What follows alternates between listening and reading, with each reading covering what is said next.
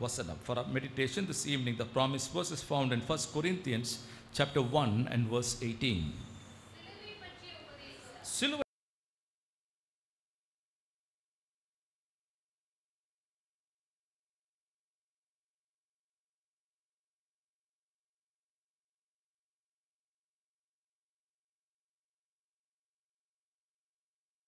to those who are perishing, but to us who are being saved, it is the power of God. வேதம் சொல்லுகிறது, கெட்டு போகிறவர்களுக்கு இந்த சிலுவை பற்றிய உபதேசம் அது பைத்தியமாக இருக்கிறது. பைத்தியமாக இருக்கிறது. எப்போ பார்த்தாலும் என்ன சிலுவை சிலுவைன்னு பேசிக்கிட்டு இருக்கிறாங்க. எப்போ பார்த்தாலும் சிலுவை தியானம் ஓடிட்டு இருக்காங்க. ஒருவேளை உண்மையை விளங்கிக் கொள்ளாதவர்கள் ஒருவேளை இதை குறித்து அசட்டையாக இருக்கலாம். ஆனால் பவுல் சொல்லுகிறார், ரட்சிக்கப்படுகிற நமக்கோ இது தேவ பலனாய் இருக்கிறது. ஹல்லேலூயா. For who are being saved, it is the power of God. இது தேவ பலன். தேவ பலன் ஆங்கில மொழிபெயர்ப்பு சொல்லுகிறது, it is the power of God. இது தேவனுடைய வல்லமையாக இருக்கிறது. இந்த காரியத்தை அப்போஸ்தலனாகிய பவுல் கொரிந்தியருக்கு எழுதும் பொழுது, கொரிந்தி பட்டணத்தில் இருந்த விசுவாசிகளுடைய நிலை எப்படி இருந்தது? அவர்கள் ஞானமுடையவர்களாக இருந்தார்கள், அறிவு மிகுந்தவர்களாக இருந்தார்கள். அவர்களுக்கென்று தங்களுடைய வாழ்க்கையை குறித்து ஒரு எண்ணம் கொண்டவர்களாக, they had their own opinion. அவர்களுக்கென்று அவர் சில காரியங்களை பிடித்து வைத்துக்கொண்டு அதன்படி அவர்கள் பிரிவினைப்பட்டு குழப்பம் அடைந்து சமாதானம் இல்லாமல் அவருடைய வாழ்க்கையிலே பல விதங்களிலே ஒரு தேவைக்கு அவர்களுக்கு இருக்கிற அந்த பலன் போதுமானதாக இல்லாதபடிக்கு அவர் தடுமாற்றத்தில் இருந்தார்கள். அந்த நிலையில் இருந்தவர்களுக்கு தான் அப்போஸ்தலனாகிய பவுல் இந்த வசனத்தை எழுதினார். இந்த வசனத்தை அவர் எழுதும் பொழுது அவர் என்ன சொல்லுகிறார்? உங்களுடைய அபிப்பிராயம் அல்ல, உங்களுடைய ஞானம் அல்ல, உங்களுடைய அறிவு அல்ல, உங்களுடைய சொந்த பலன் அல்ல, அல்லது உங்களுடைய அனுபவங்கள் அல்ல, இவைகள் எல்லாம் நீங்கள் உடையவர்களாக இருந்தாலும் நீங்கள் பல விதங்களில் பிரிவினைப்பட்டு குழப்பம் அடைந்து போராட்டத்தில் இருக்கிறீர்கள். ஆகவே நீங்கள் அறிந்து கொள்ள வேண்டிய ஒரு காரியம், இயேசு கிறிஸ்துவனுடைய பலன், இயேசு கிறிஸ்துவனுடைய வல்லமை ஒன்று இருக்கிறது என்று நீங்கள் அறிந்து கொள்ள வேண்டும் என்று அவர் இந்த வசனத்தை அவர்களுக்கு எழுதினார். இந்த மாலை வேளையிலும் பரிசுத்த ஆவியானவர் நம்மோடு கூட அதை பேசும் பொழுது, நம்முடைய வாழ்க்கையில் ஒருவேளை கொரிந்து பட்டணத்தில் இருந்த அந்த விசுவாசிகளைப் போல பல விதங்களில் நமக்கு பலவிதமான குழப்பங்கள் இருக்கலாம், பலவீனங்கள் இருக்கலாம், பயம் இருக்கலாம், கவலை இருக்கலாம், நமக்கென்று சில அபிப்பிராயங்கள் இருக்கலாம், குடும்பங்களிலே சமாதானம் இல்லாமல் இருக்கலாம், மனதிற்குள்ளே சமாதானம் இல்லாமல் இருக்கலாம், சமுதாயத்தில் என்ன செய்வதென்று தெரியாமல் திகைத்து கொண்டிருக்கலாம், சபைகளிலே எது சத்தியம் எது சத்தியத்துக்கு விரோதமானது என்று புரிந்து கொள்ள முடியாமல் இருக்கலாம். எப்படிப்பட்ட பிரச்சனைகள் இருந்தாலும், என்ன விதமான போராட்டத்தில் இருந்தாலும், அது உங்களுடைய தனிப்பட்ட போராட்டமாக இருக்கலாம், அல்லது குடும்பத்தில் உள்ள போராட்டங்களாக இருக்கலாம், அது ஒருவேளை உங்களோட ஆவிக்குரிய பிரச்சனையாக இருக்கலாம், அல்லது சரீர பிரகாரமான பிரச்சனையாக இருக்கலாம், அல்லது உலக ரீதியான பிரச்சனையாகவும் இருக்கலாம். வேதம் சொல்லுகிறது, எல்லா மனுஷீக ஞானத்துக்கும் அறிவுக்கும் பலத்திற்கும் அபிப்பிராயங்களுக்கும் தாண்டி ஆண்டவராகிய இயேசு கிறிஸ்து கல்வாரி சிலுவிலே செய்ததை நீங்கள் அறிந்து கொள்ளும் பொழுது அது உங்களுக்கு தேவ பலனாய் இருக்கிறது, அது உங்களுக்கு தேவ பலனாய் மாறுகிறது. ஹல்லேலூயா. ஆகவே தான் இந்த காரியத்திலே பவுல் சொல்லுகிறார், ரட்சிக்கப்படுகிற நமக்கோ இது தேவ பலனாய் இருக்கிறது. இந்த தேவ பலனை குறித்து சிலுவையிலே உபதேசிக்கப்பட்ட இந்த காரியத்தை குறித்து நாம் தியானிக்கும் பொழுது ஒருவேளை பலர் இதை நாம் நேற்று இன்றைக்கு ஆரம்பித்தது போல அல்லது 40 நாட்கள் மட்டுமே இதை நாம் தியானிக்கிற ஒரு காரியமாக நினைக்கலாம். ஒருவேளை சிலர் இன்னும் 2000 ஆண்டுக்கு முன்பதாக இந்த உபதேசம் உண்டானது என்று சொல்லி யோசிக்கலாம். ஆனால் வேதத்தை நாம் வாசிக்கும் பொழுது ஆதியாகம புத்தகத்திலே முதல் முறை மனுஷனை கர்த்தர் சிருஷ்டித்து அவனை ஆசீர்வதித்து அவனை ஏதேன் தோட்டத்திலே வைத்து எல்லா ஆசீர்வாதங்களையும் கொடுத்து அவனோடு கூட அவர் உறவு வைத்து அந்த குடும்பத்தோடு கூட கர்த்தர் தம்முடைய உறவை வைத்து கொண்டு அவர் தினமும் வந்து அவர்களோடு கூட நடக்கிறவராக அவர்களோடு கூட சஞ்சரிக்கிறவராக இருந்தபோது அவன் பாவம் செய்யும்படிக்கு ஒரு சந்தர்ப்பம் உண்டானது. நம்ம எல்லாருக்கும் தெரியும், ஆதாம் ஏவாள் பாவம் செய்தார்கள். என்ன பாவம் செய்தார்கள்? தேவன் அவர்களுக்கு விலக்கி வைத்த காரியத்தை அவர்கள் செய்தார்கள். தேவன் விலக்கி வைத்ததன் மேல் ஆசை கொண்டு தேவனுக்கு கீழ்ப்படியாமல் அவர்கள் செய்த காரியம் அவர்களுடைய வாழ்க்கையிலே பாவமாய் வந்தது. அந்த பாவம் மனுஷனையும் கடவுளையும் பிரித்தது. தேவன் அவ்வளவாய் நேசித்த அந்த குடும்பம், அவ்வளவாய் நேசித்த அந்த ஆதாம் ஏவாள் இப்பொழுது தேவனுடைய பிரசன்னத்தை இழக்க வேண்டியதாயிற்று. தேவனுடைய பிரசன்னத்தை இழக்கும் பொழுது அவர்களுக்கு இருந்த ஆசீர்வாதங்களை, அவர்களுக்கு இருந்த சமாதானத்தை, அவர்களுக்கு இருந்த நம்பிக்கையை அவர்கள் இழக்க வேண்டியதாயிற்று. அந்த சமயத்தில் தேவன் அவர்களோடு கூட இடைப்பட்டார்.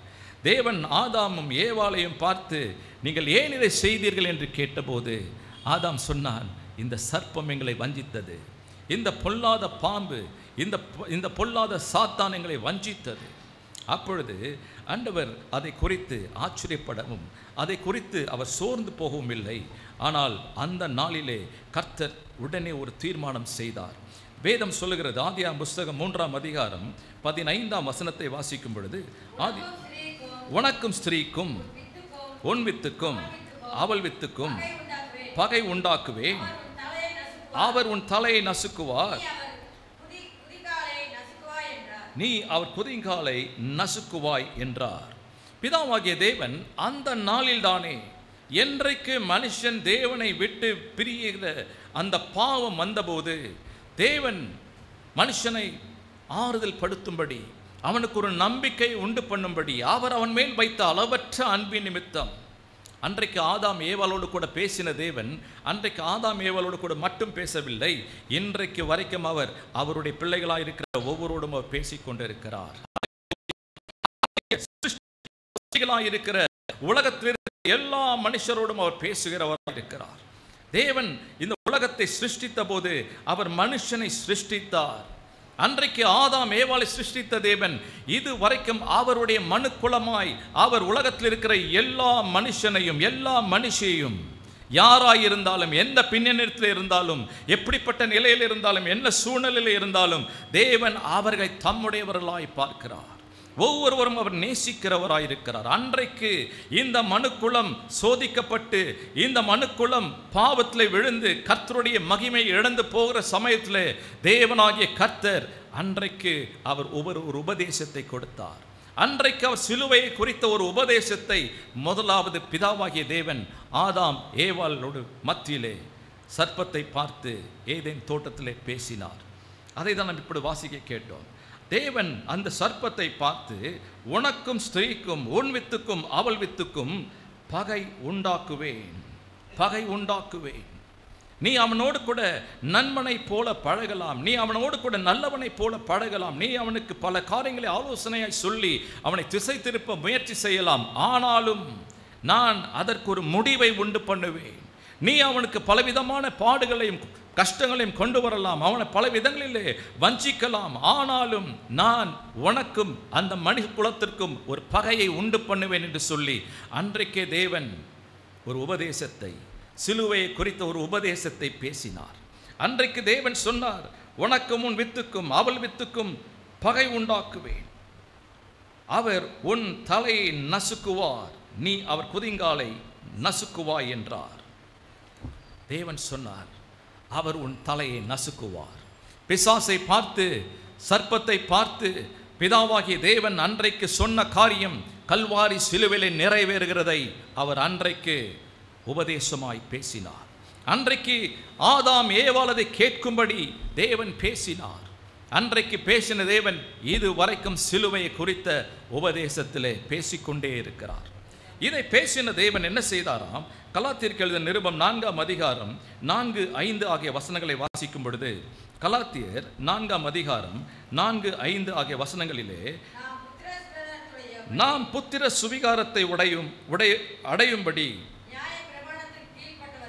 நியாய பிரமாணத்திற்கு கீழ்ப்பட்டவர்களை மீட்டுக் கொள்ளத்தக்கதாக காலம் நிறைவேறின போது ஸ்திரீயினிடத்திற்கு பிறந்தவரும் நியாய பிரமாணத்திற்கு கீழானவருமாகிய தம்முடைய குமாரனை தேவன் அனுப்பினார். ஹல்லேலூயா.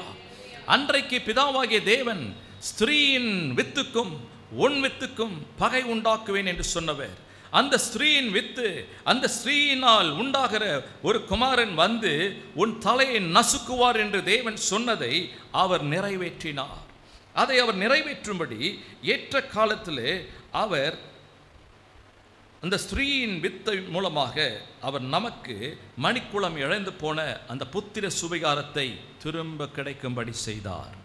திரும்ப கிடைக்கும்படி செய்தார். ஆண்டவராகிய இயேசு கிறிஸ்து கல்வாரி சிலுவையிலே வந்து அவர் நமக்காக மரித்ததனுடைய முதல் காரியம், அவர் நம்மை மனுக்குலம் இழந்து போன தேவனுடைய பிள்ளை என்ற அந்த ஸ்தானத்தை திரும்ப நாம் பெற்றுக்கொள்ளும்படிக்கு, ஹல்லேலூயா, மறுபடியும் நாம் பெற்றுக்கொள்ளும்படிக்கு அவர் வந்து பிறந்தார்.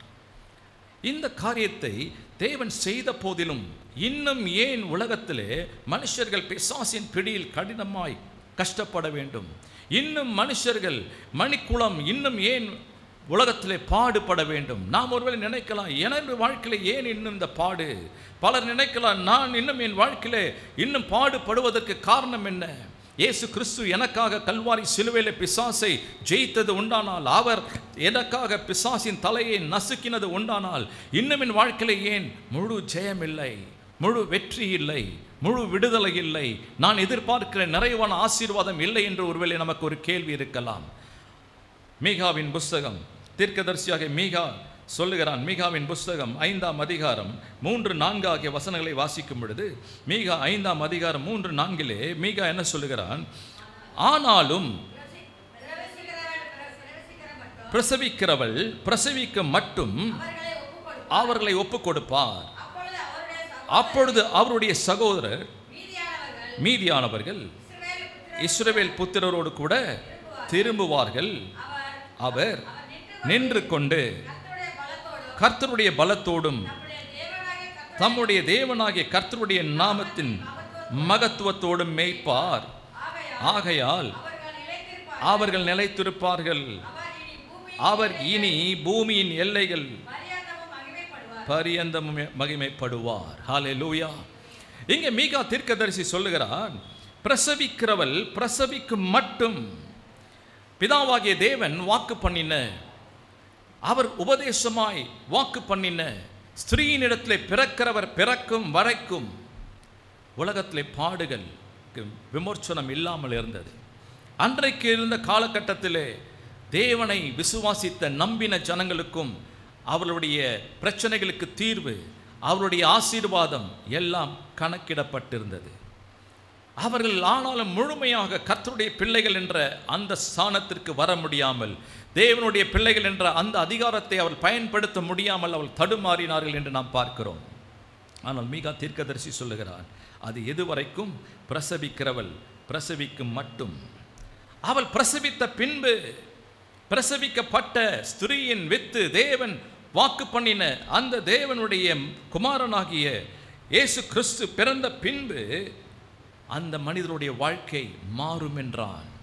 அவன் சொல்லுகிறான், அவர் நின்று கர்த்தருடைய பலத்தோடு தம்முடைய தேவனாகிய கர்த்தருடைய நாமத்தின் மகத்துவத்தோடும் மேய்ப்பார். அந்த இரட்சகர் வந்து பிறந்த பின்பு என்ன செய்வாராம்? அவர் நின்று கொண்டு கர்த்தருடைய பலத்தோடு தம்முடைய ஜனத்தை அவர் மேய்ப்பார்.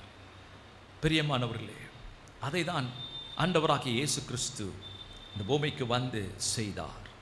இதுவரைக்கும் இந்த இயேசு கிறிஸ்து என்னுடைய வாழ்க்கையிலே பிறக்கவில்லை, என் குடும்பத்திலே பிறக்கவில்லை என்று சொல்லுகிறவருடைய வாழ்க்கையிலே இந்த மாலை வேளையிலும் தேவன் ஒரு கிருபையாக ஒரு சந்தர்ப்பத்தை கொடுக்கிறார்.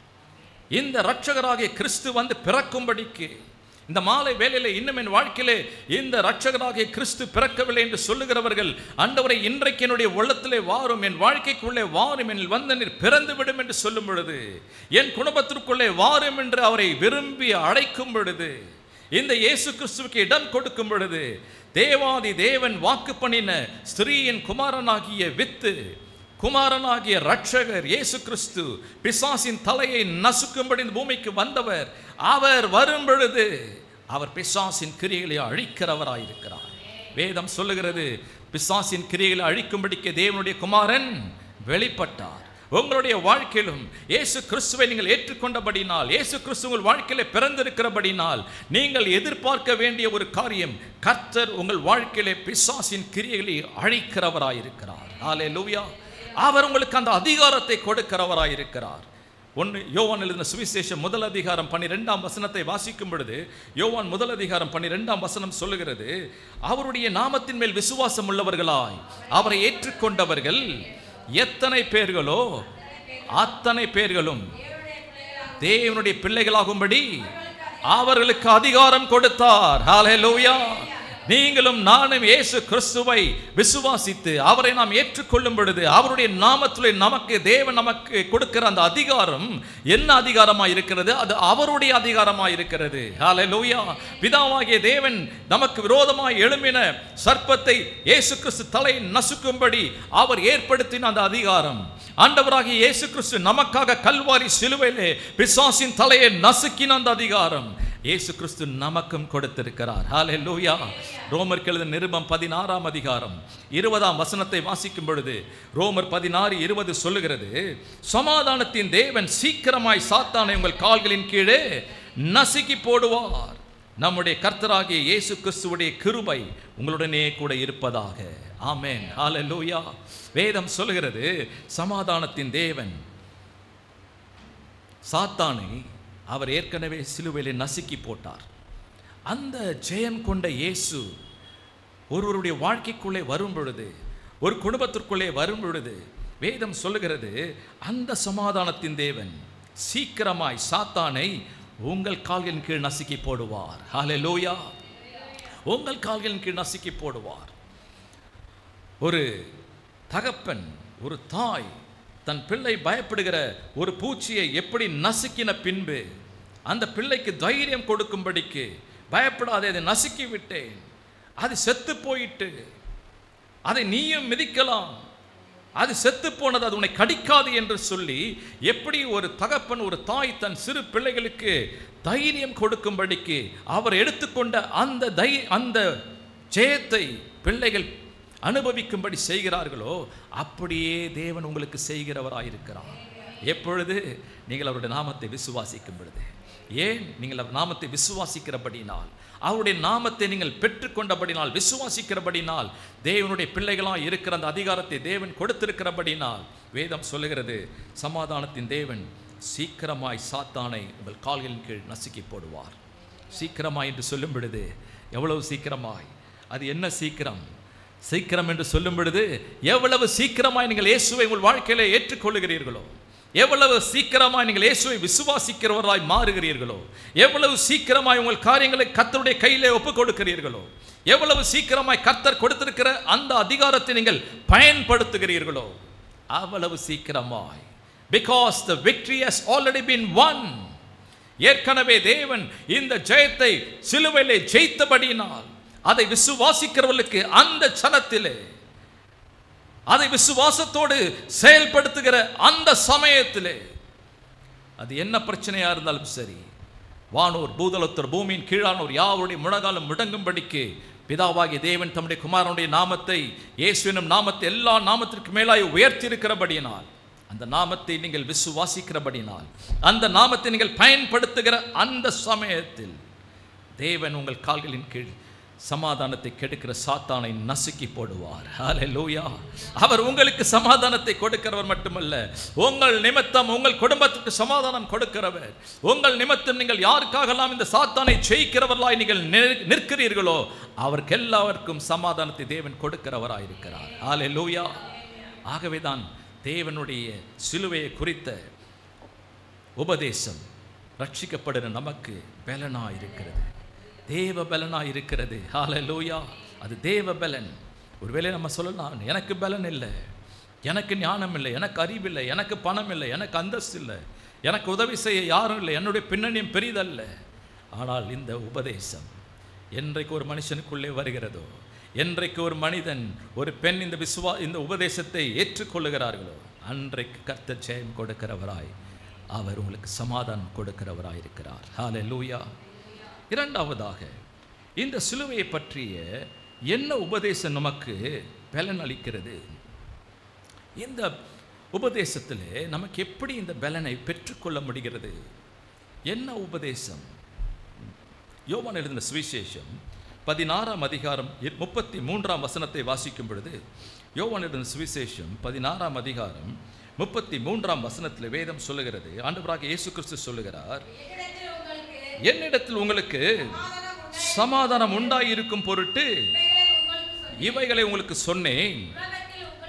உலகத்தில் உங்களுக்கு உபத்திரவம் உண்டு, ஆனாலும் திடன் கொள்ளுங்கள், நான் உலகத்தை ஜெயித்தேன். ஹல்லேலூயா. ஆண்டவர் சொல்லுகிறார், உங்களுக்கு சமாதானம் உண்டாகும்படிக்கு.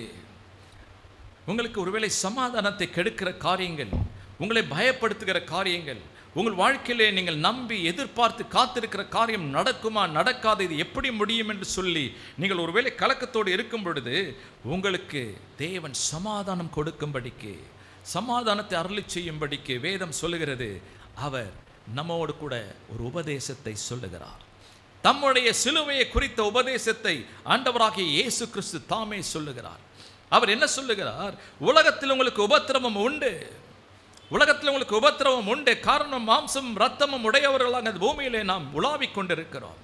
உலகத்தில் நமக்கு உபத்திரவம் உண்டு, பலவீனங்கள் உண்டு, எதிர்ப்புகள் உண்டு, போராட்டங்கள் உண்டு, பிரச்சனைகள் உண்டு, தேவைகள் உண்டு, எதிர்பார்ப்புகள் உண்டு. ஆனால் உலகம் அதிலே மூழ்கி கொண்டிருக்கிறது. உலகம் அதை குறித்து கவலையிலே மூழ்கி கொண்டிருக்கிறது, கண்ணீரிலே மூழ்கி கொண்டிருக்கிறது. நம்பிக்கையற்ற நிலையிலே, இருள் சூழ்ந்த நிலையிலே ஜனங்கள் வாழ்ந்து கொண்டிருக்கிறார்கள். அதுதான் தீர்க்கதரிசி சொல்லுகிறான், பூமியை இருள் மூடும், ஜனங்களை காரிருள் மூடும், ஆனால் கர்த்தர் உண்மையில் உதிப்பார். ஹல்லேலூயா. ஆண்டவராக இயேசு கிறிஸ்து சொன்னார், உலகத்திலே உபத்திரவம் உண்டு, ஆச்சரியப்படாதிருங்கள். ஆனால் உங்களுக்கு ஒரு நல்ல செய்தி, சிலுவையிலே ஜெயம் கொண்ட இயேசு கிறிஸ்து அவர் சொல்லுகிற உபதேசம், உங்களுக்கு உபத்திரவம் உண்டு, ஆனாலும் திடன் கொள்ளுங்கள், நான் உலகத்தை ஜெயித்தேன். ஹல்லேலூயா. ஆண்டவர் சொல்லுகிறார், ஆனாலும் திடன் கொள்ளுங்கள், பயப்படாதிருங்கள், சோர்ந்து போகாதிருங்கள். இந்த மாலை வேளையிலும் பிரியமானவர்களே, நீங்கள் ஒருவேளை நினைக்கலாம், இந்த லெந்து காலத்தில் நான் எவ்வளவோ ஆண்டவரை தேடுகிறேன், இந்த 40 நாள் சிலுவை தியானத்திற்கு தவறாமல் வந்து கொண்டிருக்கிறேன், ஜெபித்து கொண்டிருக்கிறேன், இன்னும் என் காரியங்கள் மாறவில்லை, இன்னும் நான் எதிர்பார்த்த காரியங்கள் நடைபெறவில்லை, இன்னும் நான் கேட்ட காரியங்களை நான் பெற்றுக்கொள்ள முடியவில்லை. ஆண்டவர் சொல்லுகிறார், இன்று மாலையிலே, இந்த மாலையிலே உங்களை பார்த்து சொல்கிறார், உலகத்திலே உபத்திரவம் உண்டு, ஆனாலும் திடன் கொள்ளுங்கள், ஆனாலும் திடன் கொள்ளுங்கள், நான் உலகத்தை ஜெயித்தேன். ஹல்லேலூயா. அவர் உலகத்தை ஜெயித்தவர். அவர் வெறும் இந்த காலகட்டத்தில் மட்டும் நமக்கு அற்புதம் செய்கிறவர் அல்ல, அவர் நம்முடைய செயலை பார்த்து மட்டும் அற்புதம் செய்கிறவர் அல்ல, அவர் நமக்காக சிலுவையிலே யாவையும் தம்முடைய அன்பின் நிமித்தம் செய்து முடித்தார். அவர் எப்படி செய்து முடித்தாராம்? கொலோசியருக்கு எழுதின நிருபம் 2ஆம் அதிகாரம் 14, 15 ஆகிய வசனங்களை வாசிக்கும் பொழுது, கொலோசியர் 2ஆம் அதிகாரம் 14, 15 வேதம் சொல்லுகிறது, நமக்கு எதிரடையாகவும் கட்டளைகளால் நமக்கு விரோதமாகவும் இருந்த கையெழுத்தை குலைத்து அதை நடுவில் இராதபடிக்கு எடுத்து சிலுவையின் மேல் ஆணி அடித்து துரைத்தனங்களையும் அதிகாரங்களையும் உரிந்து கொண்டு வெளியரங்கமான கோலமாக்கி அவைகளின் மேல் சிலுவையிலே வெற்றி சிறந்தார். ஹல்லேலூயா. நான் உலகத்தை ஜெயித்தேன் என்று சொன்னவர் அவர் வெறும் வாய் வார்த்தையாய் பேசுகிறவர் அல்ல. அவர் வெறும் ஒரு வார்த்தையை சொல்லிவிட்டு அவர் பேசாமல் ஒன்றும் செய்யாமல் போகிறவர் அல்ல. அவர் சொன்னதற்கு காரணம், அவர் இந்த உலகத்திற்கு வந்த நோக்கத்தை அவர் உபதேசமாய் பேசினார். அவர் சொன்னார், ஆனாலும் திடன் கொள்ளுங்கள், நான் உலகத்தை ஜெயித்தேன். சொன்னவர் உலகத்தை ஜெயித்தார். ஹல்லேலூயா. அவர் எப்படி ஜெயித்தாராம்? நமக்கு எதிரடையாகவும் கட்டளைகளால் நமக்கு விரோதமாகவும் இருந்த கையெழுத்தை குலைத்து அதை நடுவில் இராதபடிக்கு எடுத்து சிலுவையின் மேல் ஆணி அடித்தார். மனுஷனுடைய வாழ்க்கையிலே இருக்கிற ஒரு மிகப்பெரிய பிரச்சனை, கடவுள் எங்கே இருக்கிறார்? கடவுள் என்னை பார்க்கிறாரா? என்னை கேட்கிறாரா? என்னை ஏற்றுக்கொள்வாரா? விசுவாசிகளை குறித்து நான் சொல்லுகிறேன். விசுவாசிகளும் கூட, கிறிஸ்தவர்களும் கூட அநேக சமயங்களிலே ஒரே குழப்பத்திலே வாழ்ந்து கொண்டிருக்கிறோம். குழப்பத்திலே வாழ்ந்து கொண்டிருக்கிறோம். நாம் நினைத்தது உடனே நடக்கவில்லை என்றால், நாம் எதிர்பார்த்தது உடனே கிடைக்கவில்லை என்றால், நாம் எதிர்பார்த்ததற்கு மாறாக ஒரு காரியம் நடந்தால், தாமதித்தால், நாம் உடனே என்ன நினைக்கிறோம்? ஆண்டவர் என்னை மறந்து விட்டாரா? ஆண்டவர் என் மேல் பிரியமாய் இருக்கிறாரா இல்லையா? நான் ஜெபம் பண்ணால் தேவன் கேட்பாரா இல்லையா? அவர் கேட்கிறாரா இல்லையா? நான் செய்கிறது தவறா சரியா? என்னோட வாழ்க்கையில் இருக்கிற இந்த குறைகளை பார்த்து ஒருவேளை தேவன் என்னை தள்ளி விடுவாரா? மனதில் ஒரே குழப்பத்தோடு மனுஷன் வாழ்ந்து கொண்டிருக்கிறான். காரணம், மனிதன் தன்னுடைய வாழ்க்கையை அவனுடைய அறிவின்படி, உலகத்தினுடைய எதிர்பார்ப்பின்படி, சமுதாயத்தின் பேச்சின்படி அவன் மற்றவர்களோடு கூட தன்னை ஒப்பிட்டு பார்த்து எப்பொழுதும் குழப்பத்திலே வாழ்ந்து கொண்டிருக்கிறான். குழப்பத்திலே வாழ்ந்து கொண்டிருக்கிறான்.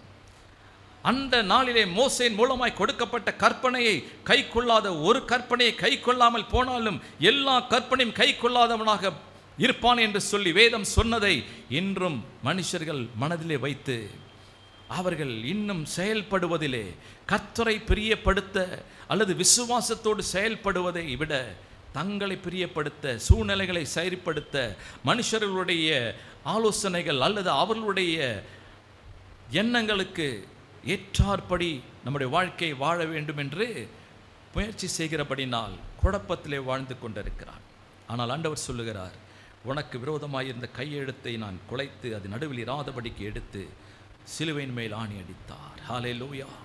அவர் கிருபையை உண்டு பண்ணினார். கிருபையை உண்டு பண்ணினார். கிருபையை உண்டு பண்ணுகிறதுனாலே நாம் கிருபை பெற்றிருக்கிறபடினால் நாம் ஏனோதான் என்று வாழ முடியாது.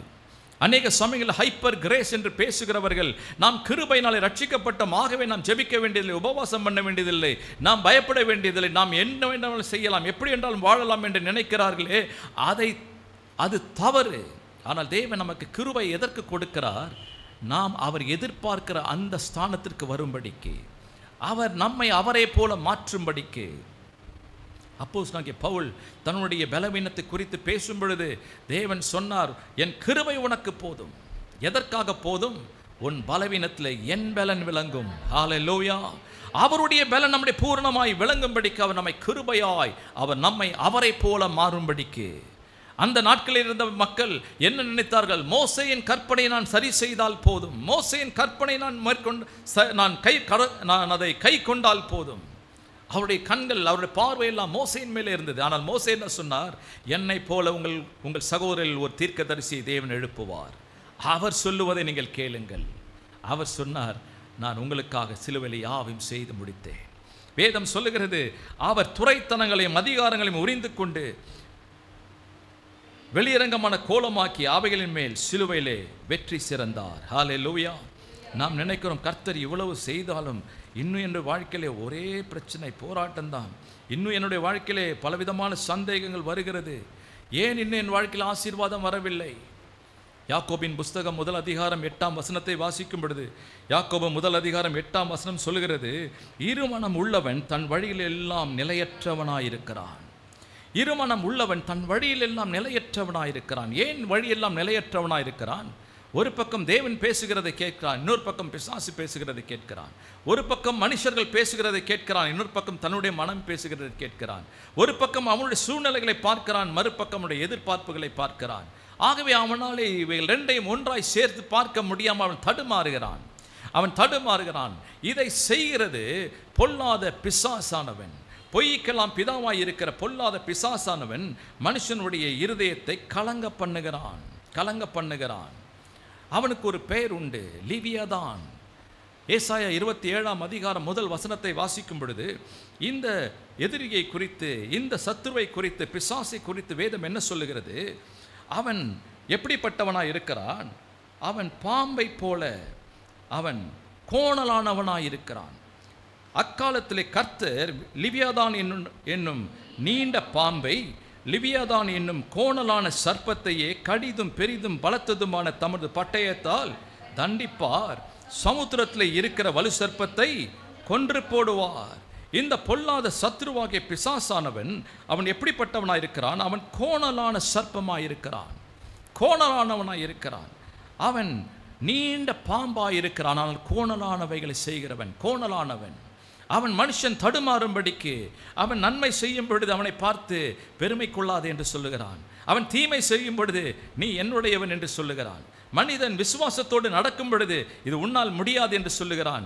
அவன் பயப்படும் பொழுது நீ என்னுடையவன் என்று சொல்லுகிறான். மனுஷன் கர்த்தர் மேல் விசுவாசம் வைத்து அவன் முன்னேறி செல்லும் பொழுது கர்த்தர் உன்னை ஆசீர்வதிக்க மாட்டார் என்று சொல்லுகிறான். அவன் ஆசீர்வாதத்தை குறைவுபடும் பொழுது கர்த்தர் உன்னை கைவிட்டார் என்று சொல்லுகிறான். அவன் மாறி மாறி மனுஷனை குழப்பும்படிக்கு இன்றைக்கு சற்று நின்று யோசித்து பாருங்கள். விசுவாசிகளானாலும் சரி, சிறியவர்களானாலும் சரி, பெரியவர்களானாலும் சரி, விசுவாசத்துக்கு உள்ளே வராதவர்களானாலும் சரி, உலகம் குழப்பத்திலே இருக்கிறது. உலகத்திலே தலைவர்களானாலும் சரி, சாதாரண மனிதர்களானாலும் சரி, அதிகாரம் பெற்றவர்களானாலும் சரி, யாராயிருந்தாலும், பலவான்கள் பலவீனர்கள் எல்லாருமே குழப்பத்தில் இருக்கிறார்கள். எதை செய்வது, எதை செய்யாமல் விடுவது, எதை எப்படி செய்வது என்று தெரியாமல் தடுமாறுகிற உலகத்தில் நாம் வாழ்ந்து கொண்டிருக்கிறோம். காரணம், பொல்லாத பிசாசானவன், அவன் கோணலான சர்ப்பமானவன். அவன் அப்படி உலகத்தில் இருக்கிற ஜனங்களை, விசுவாசிகளை, கர்த்தருடைய பிள்ளைகளை அலைக்கழிக்க முயற்சி செய்கிறான். ஆனால் வேதம் சொல்லுகிறது, தேவன் அவனை ஜெயித்தார். தேவன் அவனை ஜெயித்தார். எப்படி ஜெயித்தாராம்? கடிதும் பெரிதும் பலத்ததுமான தமது பட்டயத்தால் தண்டித்து சமுத்திரத்தில் இருக்கிற வலு சர்ப்பத்தை கொன்று போடுவார். ஹல்லேலூயா. அவர் தம்முடைய பலத்த, அவருடைய அந்த பலத்தும் கடிதும் பலத்ததுமான அவருடைய பட்டயத்தாலே அவர் ஜெயம் கொள்ளுகிறார். அவர் ஜெயம் கொள்ளுகிறார். அவர் ஜெயம் கொள்ளுகிறபடினாலே அவர் நமக்கு என்ன செய்கிறாராம்? அடுத்த 2 வசனங்களை வாசிக்கும் பொழுது, அக்காலத்திலே நல்ல திராட்சை ரசத்தை தரும் திராட்சை தோட்டம் உண்டாயிருக்கும், அதை குறித்து பாடுங்கள். ஹல்லேலூயா. கர்த்தர் உங்களுக்கு ஜெயம் கொடுத்தார் என்று சொல்லும் பொழுது நீங்கள் பாடுங்கள், விசுவாசித்து கர்த்தருக்குள்ளே மகிழ்ச்சியாயிருங்கள். இந்த 40 நாட்கள் முடிகிறது என்று சோர்ந்து போகாதிருங்கள். இந்த 40 நாளிலே கர்த்தர் உங்களோடு கூட பேசின வசனங்களை கொண்டு நீங்கள் மகிழ்ச்சியாயிருங்கள். எபேசியர் நிருபம் 6ஆம் அதிகாரம் 17ஆம் வசனம் சொல்லுகிறது, தேவனுடைய ஆவியின் பட்டயமாகிய தேவ வசனத்தை பிடித்துக் கொள்ளுங்கள். ஆவியின் பட்டயமாகிய தேவ வசனத்தை தேவன் நமக்கு கொடுத்திருக்கிறார். வேதம் சொல்லுகிறபடி அவர் கடிதும் பெரிதும் பலத்ததுமான தம்முடைய பட்டயத்தாலே இந்த கோணலான சாத்தானை, சர்ப்பத்தை அவர் கொன்று போடுகிறவர். அவர் நமக்கு அவருடைய பட்டயத்தை கொடுத்திருக்கிறார். ஹல்லேலூயா. அவர் அன்றைக்கு கொன்று போட்டார். எங்கேயோ இருக்கிறார், எப்பொழுது வந்து கொன்று போடுவார் என்று எதிர்பார்ப்பதல்ல. ஒவ்வொரு முறையும் உங்களுடைய வாழ்க்கையை குழப்பத்தை கொண்டு வரும் பொழுது, ஒவ்வொரு முறையும் உங்களுடைய வாழ்க்கையில தடுமாற்றத்தை பிசாசானவன் கொண்டு வரும் பொழுது, குழப்பங்களும் பிரச்சனைகளும் உண்டாகும் பொழுது நாம் பயன்படுத்த வேண்டியது தேவ வசனமாகிய ஆவியின் பட்டயத்தை. ஹல்லேலூயா. அந்த தேவனுடைய வசனங்களை நாம் பயன்படுத்த வேண்டும். இந்த 40 நாட்கள் நீங்கள் கேட்ட தேவ வசனத்தை, தேவன் நம்முடைய கையில் கொடுத்திருக்கிற வேத வசனத்தை நாம் வாசிக்கிறவர்களாக மட்டுமல்ல, அதை தியானிக்கிறவர்களாக, அதை அபியாசப்படுத்துகிறவர்களாக, அதை பயன்படுத்துகிறவர்களாக, ஒவ்வொரு முறையும் ஒவ்வொரு பிரச்சனை வரும் பொழுது, ஒவ்வொரு குழப்பம் வரும் பொழுது கர்த்தர் என்ன சொன்னார்? பிசாசு சொல்வதை நான் கேட்பதில்லை, கர்த்தர் என்ன சொன்னார்? உலகம் சொல்லுவதை நான் கேட்பதில்லை, கர்த்தர் என்ன சொன்னார்? மனுஷன் சொல்லுவதை நான் கேட்பதில்லை, கர்த்தர் என்ன சொன்னார்? என்னுடைய சொந்த மனமே சொல்லுகிற அபிப்பிராயத்தை நான் கேட்பதில்லை, கர்த்தர் என்ன சொன்னார்? What does the word of God say? Take the sword of the spirit. Take the sword of the spirit. கர்த்தருடைய வசனத்தை எடுத்துக்கொண்டு நீங்கள் யுத்தம் பண்ணும் பொழுது நிச்சயமாய் தேவன் ஜெயம் கொடுப்பேன் என்று சொல்லுகிறார். காரணம், அவர் அப்படிதான் நமக்கு ஜெயத்தை ஏற்படுத்தி இருக்கிறார். அக்காலத்திலே நல்ல திராட்சை ரசத்தை தரும் திராட்சை தோட்டம் உண்டாயிருக்கும் என்று அதை குறித்து பாடுங்கள். ஹல்லேலூயா. புலம்பலையே பாடிக்கொண்டிருக்காமல், பிரச்சனையே பேசிக்கொண்டிருக்காமல், பொல்லாத காரியங்களையும் ஏமாற்றங்களையும் எதிர்பார்ப்புகளில் மட்டுமே பேசிக்கொண்டிருக்காமல் கர்த்தரை குறித்து பாடுங்கள். அவர் கொடுக்கிற ஜெயத்தை பாடுங்கள். அப்படி பாடும் பொழுது 3ஆம் வசனம் சொல்லுகிறது, ஏசாயா 27:3, கர்த்தராகிய நான் அதை காப்பாற்றி அடிக்கடி அதற்கு தண்ணீர் பாய்ச்சி ஒருவரும் அதை சேதப்படுத்தாதபடிக்கு அதை இரவும் பகலும் காத்துக்கொள்வேன். ஹல்லேலூயா. கர்த்தர் நமக்கு நல்ல திராட்சை ரசம் கொடுக்கக்கூடிய நல்ல திராட்சை தோட்டத்தை கொடுப்பாராம். நாம் அப்படி ஜெயிக்கிறவர்களாக இருக்கும் பொழுது கர்த்தர் நமக்கு எப்படி ஆசீர்வாதத்தை கொடுக்கிறார்? நல்ல திராட்சை தோட்டத்தையே கொடுக்கிறார். வேதத்தில் பார்க்கும் பொழுது திராட்சை ரசம் மனதை மகிழ பண்ணுமா, அது முக கலர்ச்சியை கொடுக்குமா. வேதம் சொல்லுகிறது, கர்த்தர் கொஞ்சம் திராட்சை ரசம் இல்லை, கொஞ்சம் திராட்சை குலை அல்ல, தோட்டத்தையே கொடுப்பார். நிறைவான ஆசீர்வாதத்தை கொடுப்பார், நிரந்தரமாய் கொடுப்பார். அவர் சொல்லுகிறார், நானே அதற்கு தண்ணீர் பாய்ச்சி நானே அதை இரவும் பகலும் பாதுகாப்பேன். ஹல்லேலூயா. சிலுவையிலே இயேசு கிறிஸ்து செய்த பாடுகள், பட்ட பாடுகள், செய்த வாக்குகள், அவர் பேசின அவருடைய உபதேசம், நான் உலகத்தை ஜெயித்தேன். அவர் நமக்கு ஜெயத்தை கொடுக்கிறவர். அவர் தொடர்ந்து நாம் ஜெயிக்கும்படி, தொடர்ந்து நாம் ஆசீர்வாதங்களை பெற்றுக்கொள்ளும்படி, தொடர்ந்து நாம் பாதுகாப்புக்குள்ளே இருக்கும்படி அவர் தேவ வசனத்தை நமக்கு கொடுத்திருக்கிறார். ஹல்லேலூயா. 3ஆவதாக, இந்த சிலுவையை பற்றிய உபதேசம் நமக்கு எப்படி பலன் கொடுக்கிறது? எப்படி பலம் கொடுக்கிறது? இந்த அதிகாரத்தை எழுதும் பொழுது அப்போஸ்தலனாகிய பவுல் என்ன சொல்லுகிறார்? 1 கொரிந்தியர் 1 அதிகாரம் 27ஆம் வசனத்தை வாசிக்கும் பொழுது, ஞானிகளை வெட்கப்படுத்தும்படி தேவன் உலகத்தில் பைத்தியமானவைகளை தெரிந்து கொண்டார், பலமுள்ளவைகளை வெட்கப்படுத்தும்படி தேவன் உலகத்தில் பலவீனமானவைகளை தெரிந்து கொண்டார். அப்போஸ்தலனாகிய பவுல் சொல்லுகிறார், தேவன் உங்களை அறிந்திருக்கிறார். கர்த்தர் உங்களை தெரிந்து கொண்டவர். உங்களை பார்த்து அவர் ஆச்சரியப்படுகிறவர் அல்ல. ஐயோ, நீ இவ்வளோ பலவீனனா, இவ்வளோ பலவீனமானவளா என்று சொல்லி ஆண்டவர் ஆச்சரியப்படுகிறதில்லை. அவர் நம்மை தெரிந்து கொள்ளும் பொழுது அவர் நம்மை எப்படி தெரிந்து கொள்ளுகிறாரா? நாம் பலவீனர்கள் என்று அறிந்து, நாம் ஞானத்திலே குறைவுள்ளவர்கள் என்று அறிந்து, ஞானிகளை வெட்கப்படுத்தும்படி தேவன் உலகத்தில் பைத்தியமானவைகளை தெரிந்து கொண்டார். பலம் உள்ளவைகளை வெட்கப்படுத்தும்படி தேவன் உலகத்திலே பலவீனமானவைகளை தெரிந்து கொண்டார். ஹல்லேலூயா. ஏசாயா 44ஆம் அதிகாரத்தை வாசிக்கும் பொழுது அங்கே ஒரு ராஜாவை குறித்து நாம் வாசிக்கிறோம். ஏசாயா 44ஆம் அதிகாரம் 28ஆம் வசனத்தை வாசிக்கும் பொழுது அங்கே தேவன் என்ன சொல்கிறார்? கோரேசை குறித்து, அவனின் மேய்ப்பன், அவன் எருசலேமை நோக்கி நீ கட்டப்படு என்றும், தேவாலயத்தை நோக்கி நீ அஸ்திபாரப்படு என்றும் சொல்லி எனக்கு பிரியமானதை எல்லாம் நிறைவேற்றுவான் என்று சொல்லுகிறவர் நான். இஸ்ரவேல் மக்கள் இப்பொழுது அவர்களுடைய குறைவுகள், அவருடைய தவறுகளின் நிமித்தம் அடிமைப்பட்டு போனார்கள். இஸ்ரவேல் மக்கள் தேவனுடைய ஜனங்கள் என்று அழைக்கப்பட்டவர்கள். அவர்கள் இப்பொழுது அடிமைத்தனத்தில் இருக்கிறார்கள், பாபிலோனில் அடிமைத்தனத்தில் இருக்கிறார்கள். அவர்களுடைய ஆலயம் இடிக்கப்பட்டு போயிருக்கிறது. ஆனால் தேவன் என்ன செய்கிறார்? அவருடைய ஜனம் இழந்து போனதை, அவருடைய ஜனம் தவறவிட்டதை, அவருடைய ஜனம் கவனீனமாய் விட்டு போனதை, பலவீனப்பட்டு போனதை, இழந்து போனதை சரி செய்யும்படி தேவனை அறியாத ஒரு கூட்டத்திலிருந்து, தேவனை அறியாத ஒரு ஜாதியிலிருந்து தேவன் ஒரு அந்நிய ராஜாவாகிய பெர்சியாவின் ராஜாவாகிய கோரேசை தேவன் தெரிந்து கொண்டார்.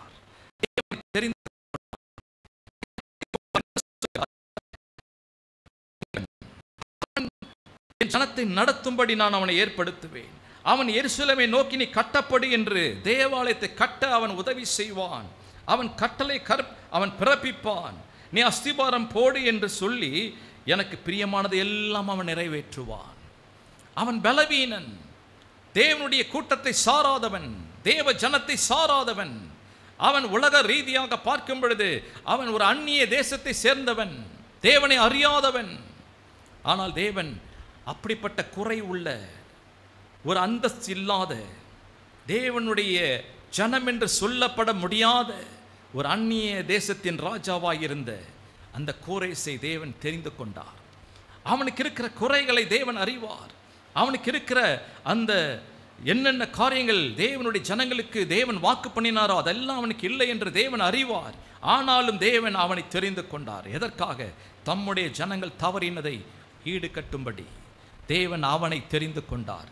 அவர் சொல்லுகிறார், இந்த கோரேசை குறித்து, கர்த்தராகிய நான் அபிஷேகம் பண்ணின கோரேசுக்கு, ஹல்லேலூயா, தேவன் இந்த தெரிந்து கொண்ட இந்த பலவீனனை, கர்த்தரை அறியாத ஒரு சமுதாயத்திலிருந்து வருகிறவனை, கர்த்தரை பற்றி தெரிந்து கொள்ள முடியாதவனை, இது வரைக்கும் உலக பிரகாரமாக குறை உள்ளவன் என்று தேவனுடைய ஜனங்களால் பார்க்கப்பட்டவனை தேவன் தெரிந்து கொள்ளும் பொழுது அவனுக்கு அவர் கொடுக்கிற ஒரு அதிகாரம் என்ன, ஒரு வல்லமை என்ன? நான் அபிஷேகம் பண்ணின, என்னால் அபிஷேகம் பண்ணப்பட்ட கோரேசு, ஹல்லேலூயா. தேவன் தம்முடைய பலவீனர்களை தெரிந்து கொண்டு, ஞானமற்றவர்கள் என்று சொல்லப்படுகிறவரை தெரிந்து கொண்டு அவர் கொடுக்கிற பலன் அவருடைய அபிஷேகம், அவருடைய அபிஷேகம். ஹல்லேலூயா. நாம் ஒருவேளை ஞானமற்றவர்களாய், பலவீனர்களாய் நாம் இந்த உலகத்திலே காணப்படலாம். உலகம் சொல்லலாம் உனக்கு கர்த்தரை தெரியாது, உலகம் சொல்லலாம் உனக்கு இன்னும் வேத அறிவு இல்லை, உலகம் சொல்லலாம் உன்னுடைய பின்னணியும் எனக்கு தெரியும், உன்னுடைய குடும்பம் எனக்கு தெரியும், உன்னுடைய பழைய வாழ்க்கை எனக்கு தெரியும், நீ உன்னுடைய பிரச்சனை எனக்கு தெரியும், உலகம் எப்படி வேண்டுமென்றால் உங்களை ஞானமற்றவர்களாக, நீங்கள் பலவீனர்களா என்று சொல்லி உங்களை குறித்து உலகம் உங்களை சோர்வடை செய்கிறதா இருக்கலாம், பேசுகிறதா இருக்கலாம். ஆனால் இந்த மாலை வேளையிலே பரிசுத்த ஆவியானவர் சொல்லுகிறார், கர்த்தருக்கு பலவீனன் போதும், கர்த்தருக்கு பலவான் தேவையில்லை, பலவீனன் போதும். ஞானம் உள்ளவன் தேவையில்லை, அவருக்கு ஞானமற்றவன் போதும். காரணம் என்ன? ஞானம் இல்லாதவனை அழைத்து அவர் தம்முடைய ஞானத்தினாலே நிரப்புகிறார்.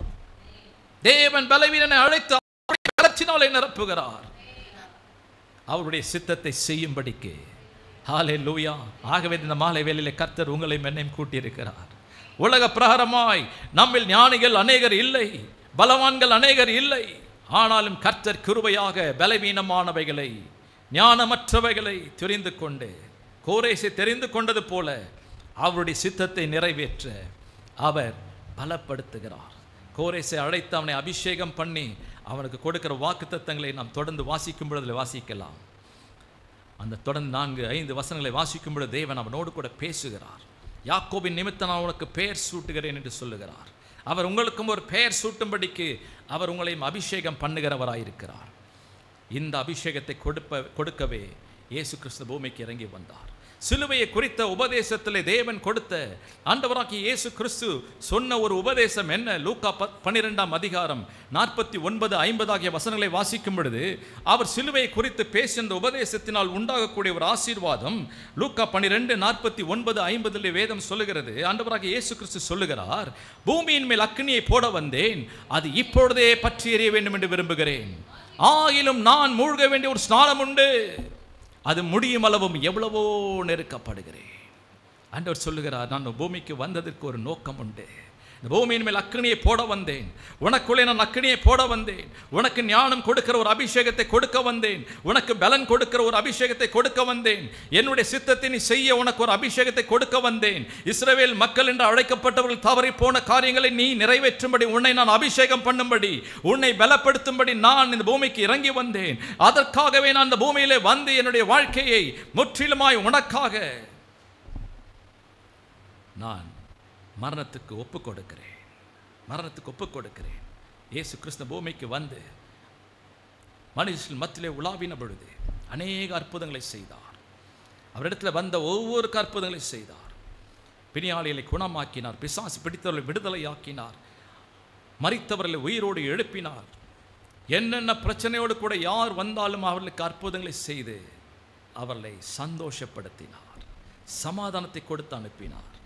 ஆனாலும் அவர் தாம் இந்த பூமிக்கு வந்த நோக்கத்தை எப்பொழுதும் மனதிலே கொண்டவராயிருந்தபடினால் அவர் தம்முடைய இருதயத்தில் எப்பொழுதும் ஒரு நெருக்கத்தோடு இருந்தார். தம்முடைய சீஷர்களோடு கூட அவர் பேசும் பொழுது அவர் சொல்லுகிறார், நான் எருசலேமுக்கு போய் நான் பட வேண்டிய பாடுகள் இருக்கிறது, நான் எருசலேமுக்கு போய் பாடுபட வேண்டியதாக இருக்கிறது. அந்த எருசலேமுக்கு போய் பாடுபடும்படிக்கு அவர் தம்மை ஒப்புக் கொடுக்கும் பொழுது தம்முடைய சீஷர்களோடு கூட கடைசி போஜனம் பண்ணும் பொழுது இந்த போஜனத்திலே அவர் மனம் கலங்கினார். தம்முடைய சீஷர்களோடு கூட இதுதான் கடைசி போஜனம் என்று சொல்லி அவர் நேசித்த தம்முடைய சீஷர்களை விட்டு பிரிவதற்கு முன்பதாக அவர் மனம் கசந்து போனார். கெத்செமனே தோட்டத்திலே வழக்கம் போல தம்முடைய சீஷர்களோடு சென்று அவர் ஜெபிக்க போன போது அவர் படப்போகிற பாடுகளை நினைத்து அவர் மனம் கசந்து போனார். வேதம் சொல்லுகிறது, அவர் முகம் குப்புற விழுந்தார். கல்லெறியும் தூரத்தில் போய் முகம் குப்புற விழுந்து அவர் கண்ணீரோடு விண்ணப்பம் பண்ணினார். உரத்த சத்தமாய் பிதாவினிடத்தில் விண்ணப்பம் பண்ணினார். உமக்கு சித்தமானால் இந்த பாத்திரம் என்னை விட்டு நீங்கட்டும், ஆகிலும் என்னுடைய சித்தம் அல்ல நம்முடைய சித்தமாக கடவது என்று சொல்லி அவர் தம்முடைய வியாகுலத்தின் நிமித்தம் தம்முடைய பரிசுத்த ரத்தம் வேர்வின் பெருந்துளிகளாய் தரையிலே விழும்படிக்கு அவர் வியாகுலப்பட்டார். Scientifically it is proven.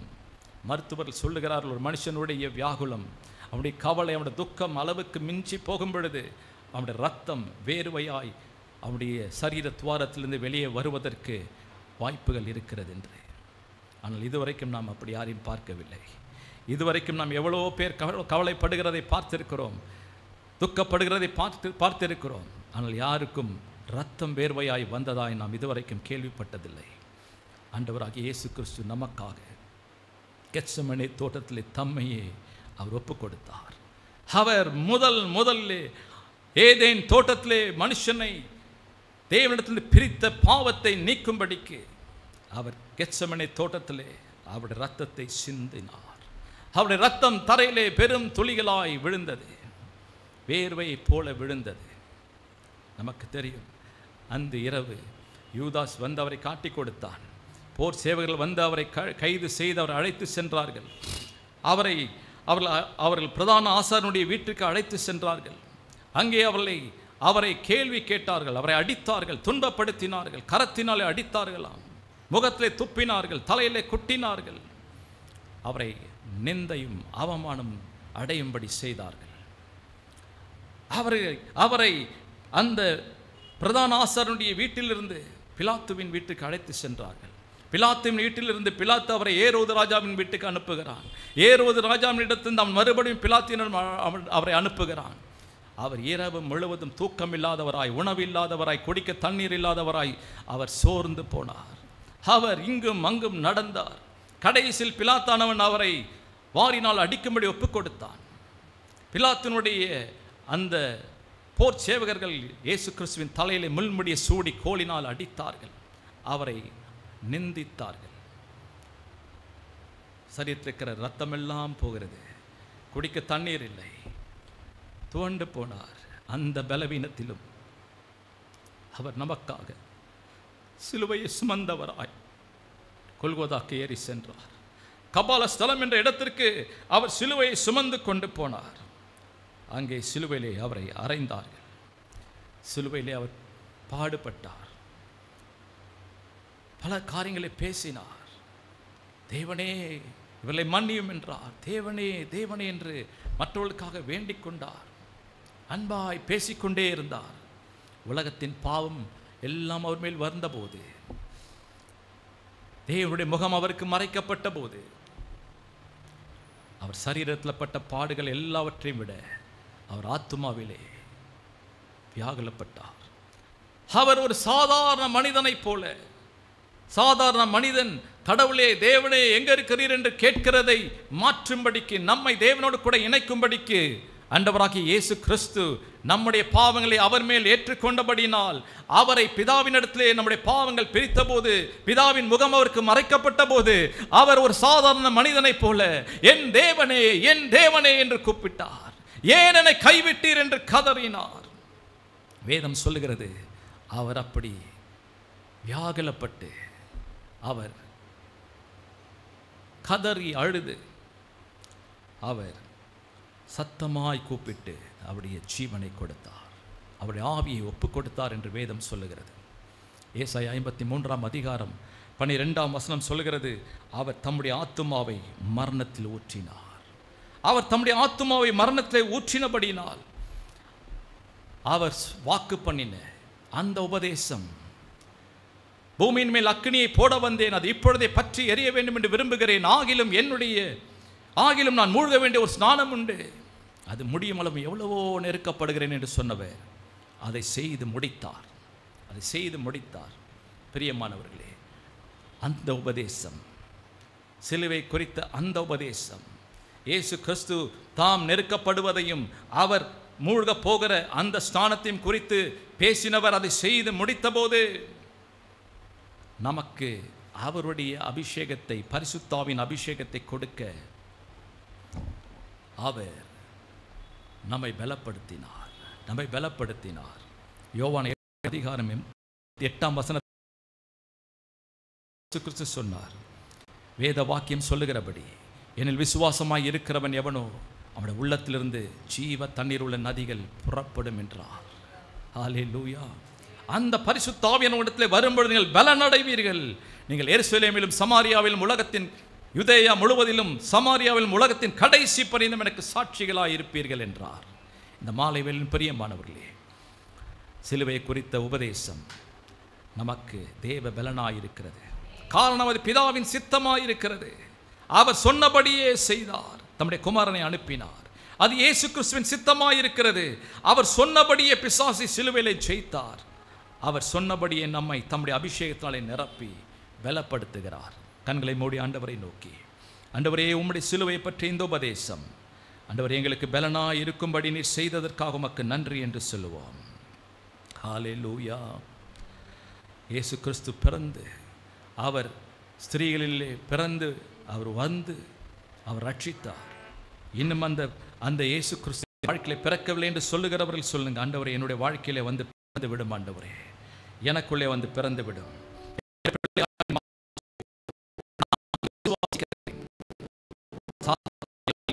நசுக்கி போடுகிறவர் எனக்கு ஜெயம் தாரும்.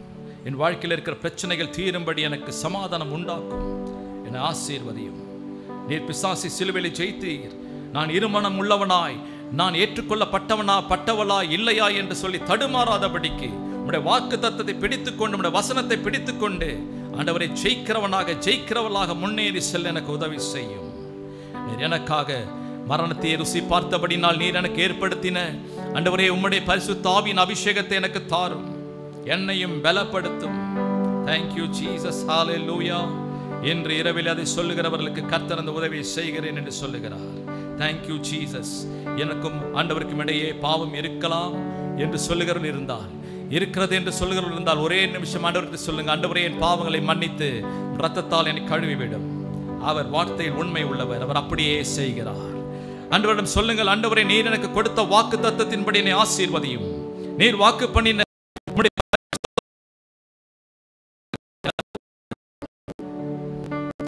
வல்லமை உண்டு உண்டு, அற்புத வல்லமை இயேசுவின் இரத்தத்தால் வல்லமை உண்டு. விசுவாசிக்கிறவர்கள், அறிக்கை பண்ணுகிறவர்கள் இருக்கிற இடங்களை எழுப்பி நின்று சந்தோஷமாய் பாடுவோமா? ஆமென். எல்லாம் விசுவாசத்தோடு. வல்லமை உண்டு உண்டு, அற்புத வல்லமை இயேசுவின் இரத்தத்தால் வல்லமை உண்டு உண்டு, அற்புத வல்லமை ஆட்டுக்குட்டியின் இரத்தத்தினால் வல்லமை உண்டு. எஸ், பாவத்தை மன்னிக்கிற வல்லமை, பாவத்தை கழுவி சுத்திகரிக்கிற வல்லமை உண்டு, பிசாசை துரத்துகிற வல்லமை உண்டு, விடுதலை செய்கிற வல்லமை உண்டு, சுகமாக்குற வல்லமை உண்டு, பலப்படுத்துகிற வல்லமை உண்டு, ஆசீர்வதிக்கிற வல்லமை உண்டு, பாதுகாக்கிற வல்லமை உண்டு, வல்லமை உண்டு உண்டு, அற்புத வல்லமை இயேசுவின் இரத்தத்தால் வல்லமை உண்டு. ஆமென். உண்டு. நீங்கள் பாடுகிற வேளையிலே உங்கள் குடும்பத்தினர் மேலும் இயேசு தம்முடைய இரத்தத்தை தெளிக்கும்படி நான் ஜெபிக்கிறேன். உங்கள் எல்லைகள் எங்கிலும், உங்கள் ஊழியத்தின் மேலும், உங்கள் ஆசீர்வாதங்கள் மேலும், எல்லைகள் எங்கிலும், எதிர்காலங்கள் மேலும் இயேசு கிறிஸ்துவின் இரத்தம் இயேசுவின் நாமத்தில் தெளிக்கப்படுவதாக. பிள்ளைகள் மேல் இயேசுவின் இரத்தத்தை தெளிக்கிறேன் ஆண்டவரே, இயேசுவின் நாமத்தில். In the precious blood of the Lamb பொழிந்திடும் வல்லமை, உன்னதத்தின் வல்லமை, ஆவியின் வல்லமை, அக்கினியின் வல்லமை. ஆமென். வாயை விரிவாய் திற, நன்மையினாலே நிரப்புவேன் என்று சொன்னவர் நிரப்புகிறார். யார் எங்கே இருந்தாலும் இப்படி வாயை திறந்து ஆண்டவரை கேளுங்க. ஆண்டவரே என்னை பரிசுத்த ஆவியினாலே நிரப்பும், அக்கினி அபிஷேகத்தாலே நிரப்பும், வல்லமையினாலே நிரப்பும். ஆண்டவர் நிரப்புவார், நிரப்புகிறார். Thank you Lord. வல்லமை பொழிந்திடும் வல்லமை, உன்னதத்தின் வல்லமை, ஆவியின் வல்லமை, அக்கினியின் வல்லமை. வல்லமை தேவை தேவா, வல்லமை தாரும் தேவா, இன்றே தேவை தேவா, அதை இப்போ தாரும் தேவா, இன்றே தேவை தேவா. பிள்ளைகளை பரிசுத்த ஆவியாலே அளவில்லாமல் நிரப்பும், ஆசீர்வதியும். விடுதலை இயேசுவின் நாமத்தில் உண்டாவதாக. தேவை தேவா, அதை இப்போ தாரும். பொழிந்திடும் வல்லமை, உன்னதத்தின் வல்லமை, ஆவியின் வல்லமை, அக்கினியின் வல்லமை. பொழிந்திடும் வல்லமை, உன்னதத்தின் வல்லமை, ஆவியின் வல்லமை, அக்கினியின் வல்லமை. ஊற்றப்பட வேண்டுமே உன்னதத்தின் ஆவி, உயிர்ப்பிக்க வேண்டும் எங்கள் தேவா.